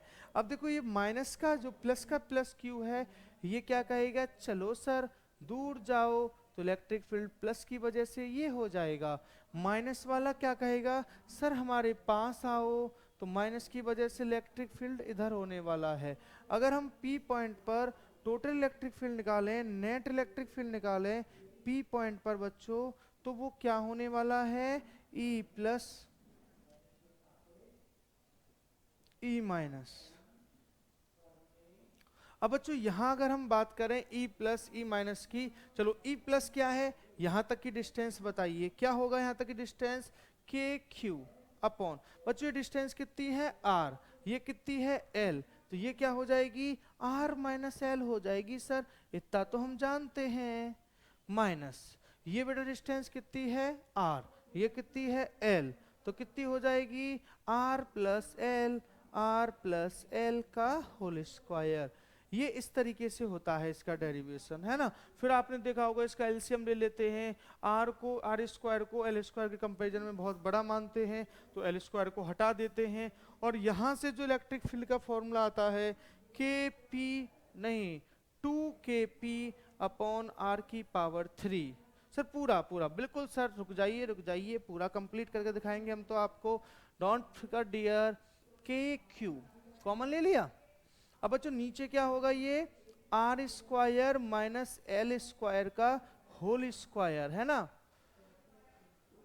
ये हो जाएगा ना, R square minus L square का होल स्क्वायर हो गया। अब देखो बच्चों ये जो है हमारे पास R square plus L square, ये तो इधर से उधर कट जाएंगे, बस ये बचेगा हमारे पास 4RL। क्या बचेगा? 4RL, नीचे से कट जाएगा वो बच्चों, तो ये हो जाएगा KQ इंटू 2 यहां आ गया 2L इंटू R स्क्वायर का होल स्क्वायर, ये कट जाएगा एक बच्चों, तो ये बचेगा K इंटू 2L क्या हो जाएगा? P हो जाएगा, तो 2KP अपॉन R की पावर 3, 2KP अपॉन R की पावर 3 यहाँ से बिल्कुल बेस्ट हो जाएगा। तो कितना लाजवाब सा कॉन्सेप्ट है इसका बच्चों डाइपोल का, और हम आराम से ऐसे क्वेश्चंस को सॉल्व कर सकते हैं, बेहतरीन है। और ये वाला डेरिवेशन भी उतना ही लाजवाब है बच्चों, आप इस बात को बहुत अच्छे से फील करें, याद रखें इस बात को। लाजवाब कॉन्सेप्ट है बच्चों इलेक्ट्रिक फील्ड वाला, बेहतरीन कॉन्सेप्ट है, ठीक है। अब इसके साथ साथ आप इसको जब तक नोट कीजिए, एक बार फील कीजिए, नोट कीजिए। मैं 1 सेकंड में अभी आया बच्चों।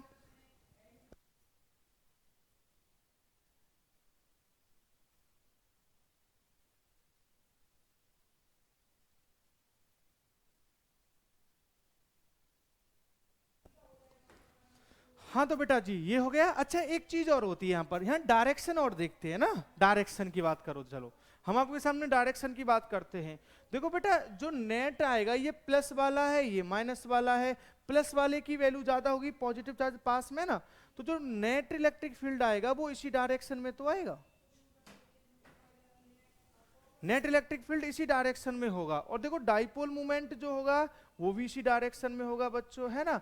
तो डाइपोल मोमेंट और नेट इलेक्ट्रिक फील्ड दोनों सेम डायरेक्शन में हैं। मतलब यहां पर एक्सियल पोजीशन पर इलेक्ट्रिक फील्ड और डाइपोल मोमेंट के बीच का जो एंगल होगा बच्चों वो कितना रहने वाला है, 0 डिग्री रहने वाला है। तो इस तरह की बातें एमसीक्यू में हमसे पूछी जा सकती हैं। डेरिवेशन तो डेरिवेशन, साथ में एमसीक्यू भी हम रेडी करते जा रहे हैं। और ये एमसीक्यू बहुत ज्यादा हेल्पफुल रहते हैं बच्चों आगे के लिए।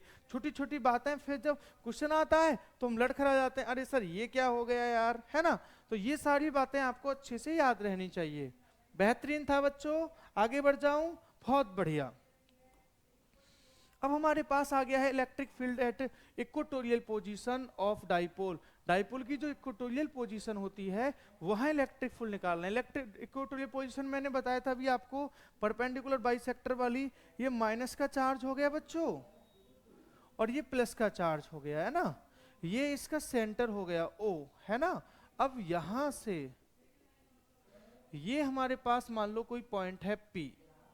अब यहां इस पर इलेक्ट्रिक फील्ड निकालना है। ये कंसीडर कर लिया कि डिस्टेंस है सर जी R दिया जाए है, L है, ये L है बच्चों। अब ये माइनस वाले भैया तो इसको पास में बुलाएंगे, तो ये E माइनस हो गया। और बच्चों ये जो प्लस वाले भैया हैं ये दूर बोलेंगे इससे, तो E प्लस इधर हो गया। अभी सेम वाली बात करी थी ना, तो ये इधर आ जाएगा इसके पास, क्यों, इस डायरेक्शन में आ जाएगा। ये भी एंगल थीटा है, ये भी एंगल थीटा है। तो इस साइड में जो ई नेट आएगा बच्चों हमारे पास दोनों की वजह से वो आएगा 2e cos थीटा। अरे सर इधर साइड में ई का जो होगा, इस वाले ई का भी कंपोनेंट इधर ही आएगा, e cos थीटा। और इस वाले ई का भी ऊपर ही जाएगा horizontal component e cos theta. तो टोटल क्या हो जाएगा, 2e cos थीटा हो जाएगा बस। अब 2e कितना है, cos थीटा कितना है बच्चों, cos थीटा ये एंगल है, तो देखो ये Z1 नहीं है, ये भी एंगल थीटा ही होगा, है क्या नहीं। अब ये R है, ये L है, तो cos थीटा के लिए बात करें तो ये वाली डिस्टेंस हो जाएगी हमारे लिए जो भी है वो इसका R² प्लस रूट L² ही तो होगा। ये वाला परपेंडिकुलर यही तो है, सॉरी हाइपोटेनियस यही तो है, और बेस कितना है L। यानी cos थीटा इक्वल्स टू होने वाला है L अपॉन ये वाली डिस्टेंस कितनी है बेटा जी, इस वाली डिस्टेंस को अभी हम मान लेते हैं x। ये डिस्टेंस क्या हो गई x। अब देखो वापस से करो, 2 इंटू ई की जगह क्या लिखेंगे, के q upon x square into L upon x, है ना। अब देखो क्या करेंगे, के क्यू इंटू 2l, 2 ये रहा, l ये रहा, 2l हो गया, 2l x की पावर 3 हो गया बच्चों। x कितना होता है, रूट में अंडर रूट में R² प्लस L² होता है। तो अगर हम इसके बारे में बात करें तो जाएगा kp अपॉन अंडर रूट में, या ऐसे लिख लो R² प्लस L² की होल पावर 3/2। अब बेटा फिर वापस से बोलेंगे कि सर L² बहुत छोटा है R² के कंपैरिजन में, तो L² को गोली मारो, 2 से 2 काटो, तो क्या आंसर आएगा यहाँ से, kp अपॉन R की पावर 3। और देखो बेटा वहां क्या आया था इक्वेटोरियल पर, सॉरी एक्सियल पोजीशन पर 2kp अपॉन R की पावर 3। यहाँ क्या आया है, kp अपॉन R की पावर 3। तो आप देख पा रहे हो कि जो इलेक्ट्रिक फील्ड है बच्चों वो एक्सियल पोजीशन पर इक्वेटोरियल पोजीशन का कितना होता है, डबल होता है। ये बात भी सर आप याद रख सकते हैं। और ये बेसिक बातें एग्जाम में आजकल बहुत पूछी जा रही हैं, सारी बातें आपको दिमाग में रखनी है बच्चों। इसके अलावा मैं आपको यहाँ ये भी सिखा दूं कि देखो इधर नेट इलेक्ट्रिक फील्ड इधर आ रहा है और जो डाइपोल मोमेंट है वो इस डायरेक्शन में है बच्चों। तो इलेक्ट्रिक फील्ड नेट और डाइपोल मोमेंट दोनों के बीच में एंगल कितना हो जाएगा, 180 डिग्री का एंगल हो जाएगा। ये बात भी आपको बच्चों यहाँ पर अपने माइंड में सेट रखनी है। लाजवाब कॉन्सेप्ट है बच्चों ये इलेक्ट्रिक डाइपोल का, और आपको सारी बातें बहुत अच्छे से फील रखना है। लाजवाब कॉन्सेप्ट है। आप जब तक इसको पॉज कीजिए, मैं लिम्का पी लेता हूँ। ओके, इसको बेटा फटाफट से नोट कीजिए, बेहतरीन कॉन्सेप्ट है ये, आप याद रख सकते हैं इसको।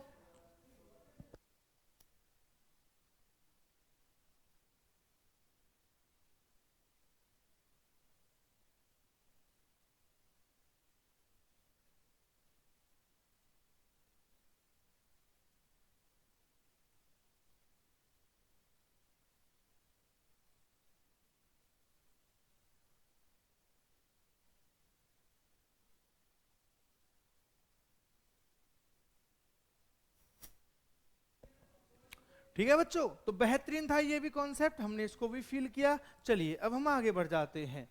Torque on a dipole in uniform electric field topic है छोटा सा, इसे भी कवर करते हैं। क्यों छोड़ें कुछ भी, हम तो पूरा कंप्लीट कवर करने वाले बंदे हैं, तो इसको भी क्यों छोड़ेंगे, बिल्कुल नहीं छोड़ेंगे sir. Consider N a uniform electric field, ये रहा टन टना टन करता हुआ, ये रहा इस डायरेक्शन में है। Consider a dipole is placed at angle theta with electric field. ये रहा डाइपोल, थोड़ा बड़ा बनाना डाइपोल, हाँ सर थोड़ा बड़ा सा देखिए, यस।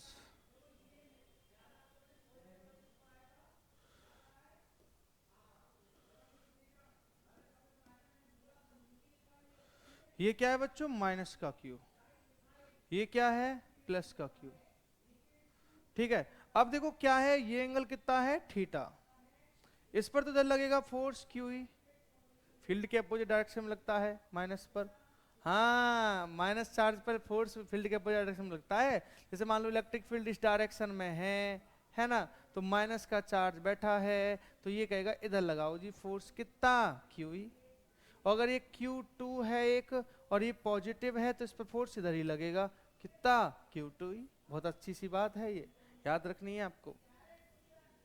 चलो अभी बेटा यहां बात करते हैं, तो ये जो डिस्टेंस है ये 2L होगी ना कंप्लीट, जी सर। तो 2L होगी तो बच्चों इधर वाली डिस्टेंस क्या हो जाएगी, ये हो जाएगी सर 2L साइन थीटा। तो ये परपेंडिकुलर डिस्टेंस का काम करेगी। और हमने क्या सीखा है 11th क्लास में, कि जो टॉर्क होता है, टॉर्क वो क्या होता है, फोर्स इनटू परपेंडिकुलर डिस्टेंस। तो बच्चों क्या हो जाएगा, फोर्स तो क्यू ई हो गया, कोई सा भी एक ले लीजिए, और परपेंडिकुलर डिस्टेंस कितनी है 2L sine theta. Q into 2L तो P होता है, तो टॉर्क टाउ इज टू क्या हो जाएगा, PE sine theta is equal to P vector cross E vector. ये तो वेक्टर प्रोडक्ट है ना, तो वो वाली बात नहीं आ जाएगी। Tau vector is to P vector cross E vector हम कर सकते हैं यहां से। अच्छा, दो बातें बहुत इंपॉर्टेंट है बच्चों। सबसे पहली बात तो यहां आपको ये याद रखना है, इफ इलेक्ट्रिक फील्ड कैसा है, यूनिफॉर्म। अगर इलेक्ट्रिक फील्ड एक जैसा है, यूनिफॉर्म है बच्चों, तो फिर देखो इधर भी क्यू ही इधर भी क्यू ही, तो भैया फोर्स कैसा लगा है, इक्वल एंड अपोजिट लगा है। तो अगर हमसे कोई पूछे सर डाइपोल पर नेट फोर्स बताओ, तो नेट फोर्स इस कंडीशन में क्या होने वाला है, जीरो। लेकिन टॉर्क जीरो नहीं होगा। टॉर्क कितना है, पीई साइन थीटा। थीटा किन किन के बीच का एंगल है, dipole moment P vector and electric field E vector के बीच का। ठीक है, अभी ये वाली बात है। और देखो बच्चों, जब फोर्स जीरो होता है, ओनली टॉर्क लगता है, तो बॉडी फिर मूव नहीं करती, ओनली रोटेट करती है, और that is called pure rotation motion. जैसे बच्चों, और इस टॉर्क को फिर वहाँ कपल भी कहते हैं। जैसे अपन बोतल का जो ढक्कन होता है ना, उसको ऐसे खोलते हैं, तो ये क्या है, इक्वल एंड अपोजिट फोर्स।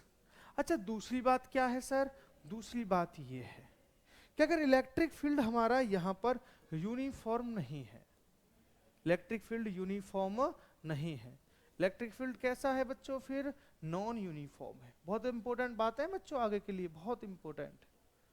तो फिर क्या होगा, फिर तो सर ना तो फिर नेट फोर्स जीरो होगा, और टॉर्क तो ना बच्चों पहले जीरो हुआ था और ना अब जीरो होगा। ये सारी बेसिक बातें आपको याद रखनी है। अगर बच्चों हमें यहाँ पर थीटा 90 डिग्री हो जाए तो बच्चों फिर टॉर्क कैसा हो जाएगा, डाइपोल का ये टॉर्क हो जाएगा मैक्सिमम कितना, पीई। ये बहुत अच्छे अच्छे क्वेश्चंस बनते हैं बच्चों, बहुत इंपॉर्टेंट है न्यूमेरिकल के लिए, एमसीक्यू के लिए, वेरी शॉर्ट क्वेश्चंस के लिए। ये वाला टॉपिक लाजवाब है, बहुत ज़्यादा इंपॉर्टेंट है बच्चों। आपको यहाँ एक एक बात याद रखनी है अच्छे से, और एक भी बात यहाँ पर आपको भूलनी नहीं है। मैं आपको फिर बता रहा हूँ, बहुत बहुत इंपॉर्टेंट है ये आपके एमसीक्यू के हिसाब से। तो चलो ये डाइपोल की कहानी को यहीं फिनिश करते हैं। अब हम आपके सामने लेकर आए हैं बेहतरीन एक और कॉन्सेप्ट, और that is electric field lines. Electric field lines बच्चों क्या होती हैं, इस बात को कैसे फील किया जाए सर। इलेक्ट्रिक फील्ड लाइंस की बात को कुछ इस तरीके से हम फील करेंगे, जैसे हमारे पास आप देख पा रहे हो कि इलेक्ट्रिक फील्ड लाइंस के बारे में आप ऐसे फील करो, जैसे मान लो एक वल्व है, अब वल्व ग्लो कर रहा है, तो वल्व से लाइट रे जो है वो इमर्ज आउट हो रही हैं, बाहर निकल रही हैं। और जो लाइट रेज से इमर्ज आउट हो रही हैं बच्चों, तो जो नंबर ऑफ लाइट रेज हैं वो यहाँ पर लाइट की तो वैल्यू को रिप्रेजेंट कर रही है, लाइट की डायरेक्शन को तो रिप्रेजेंट कर रही है। इसी तरीके से बच्चों अगर कोई चार्ज है और चार्ज से लाइंस, इमेजिनरी लाइंस निकल रही हैं, तो वो इमेजिनरी लाइंस जो होंगी बच्चों वो वहाँ पर इलेक्ट्रिक फील्ड की डायरेक्शन को रिप्रेजेंट करेंगी, और उन इमेजिनरी लाइंस को हम कहते हैं इलेक्ट्रिक फील्ड लाइंस। जैसे मैंने आपको इलेक्ट्रिक फील्ड जब समझाया था तब भी बताई थी ना ये वाली बात, जैसे प्लस क्यू चार्ज है तो उससे ऐसे लाइंस निकल रही हैं, इमेजिनरी लाइंस निकल रही हैं, ये निकल रही हैं ऐसे करके निकल रही हैं। इन इमेजिनरी लाइंस को ही हम क्या बोलते हैं, इलेक्ट्रिक फील्ड लाइंस बोलते हैं। ठीक है, लाजवाब ना, गजब ना, बेहतरीन। तो ये इलेक्ट्रिक फील्ड लाइंस के बारे में बेसिक बातें हैं। जैसे अगर हम देखें तो सबसे पहला कॉन्सेप्ट यही है कि इलेक्ट्रिक फील्ड लाइंस वो इमेजिनरी लाइंस होती हैं जो इलेक्ट्रिक फील्ड की डायरेक्शन को रिप्रेजेंट करती हैं। बच्चों ये पॉजिटिव चार्ज से स्टार्ट होती हैं और नेगेटिव चार्ज पर एंड होती हैं। ऐसे पॉजिटिव से निकल रही हैं बच्चों, किस पर एंड हो रही हैं, ये नेगेटिव पर।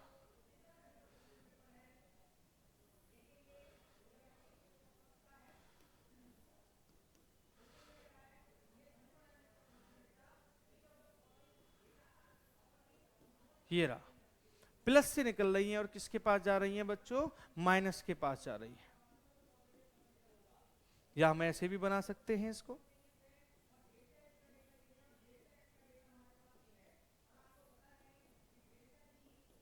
दूसरी वाली बात बेटा, ये फील्ड लाइंस जहां पास पास होती हैं वहां इलेक्ट्रिक फील्ड की जो वैल्यू है, इलेक्ट्रिक फील्ड की जो स्ट्रेंथ है वो मैक्सिमम होती है। इस बात को बहुत अच्छे से फील करो।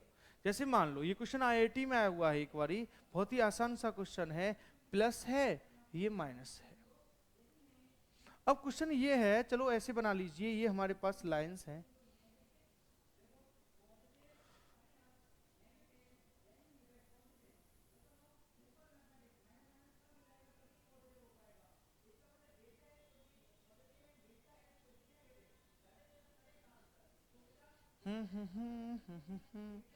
ये ए पॉइंट हो गया, ये बी पॉइंट हो गया बच्चों, ये हमारे पास सी पॉइंट हो गया।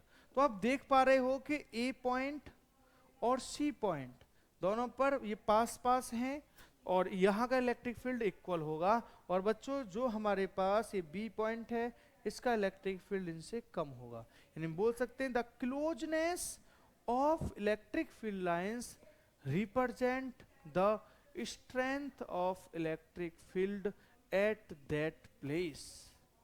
ये सारी बातें आपको याद रखनी है। और इसके अलावा electric field lines never intersect to each other, बहुत अच्छे से हमने सिखा चुके हैं इस बात को, तो बहुत अच्छे से इसको भी आपको रिवाइज रखना है बच्चों। तो ये बेहतरीन सा कॉन्सेप्ट है हमारे पास। अब ये जो हमारे पास है इलेक्ट्रिक फील्ड वाला जो कॉन्सेप्ट है वो हमारा यहाँ पर कंप्लीट हुआ है बच्चों। अभी हमारा जो नेक्स्ट इसमें कॉन्सेप्ट रहने वाला है वो है इलेक्ट्रिक फ्लक्स का, गॉसिस थ्योरम का। वो भी बहुत लाजवाब हमारे पास टॉपिक है बच्चों, तो वो हम आपको करवाएंगे। फिर अब इसके बाद जैसे कि नेक्स्ट हमारे पास आ चुका है ये रहा इलेक्ट्रिक फ्लक्स। इलेक्ट्रिक फ्लक्स की कहानी जो है बच्चों वो यहाँ से हमारे पास स्टार्ट होने वाली है। बेहतरीन है ये भी फ्लक्स वाला टॉपिक भी, और ये वाली बात करेंगे। अभी फिलहाल आपको क्या इन बातों में कोई प्रॉब्लम है? क्या ये बात आपको समझ में आ गई है? बेहतरीन है ये वाली बातें, जहां हमने आपको इलेक्ट्रिक फील्ड लाइंस तक के सारे कॉन्सेप्ट को बहुत अच्छे से रिवाइज कराया है बच्चों, ठीक है। तो अब हम आपसे नेक्स्ट क्लास में इसके आगे की बातें करेंगे, जहां हम गॉसिस थ्योरम को अच्छे से एक्सप्लेन करने वाले हैं बेहतरीन तरीके से, ठीक है बच्चों। तो ठीक है, राधे राधे।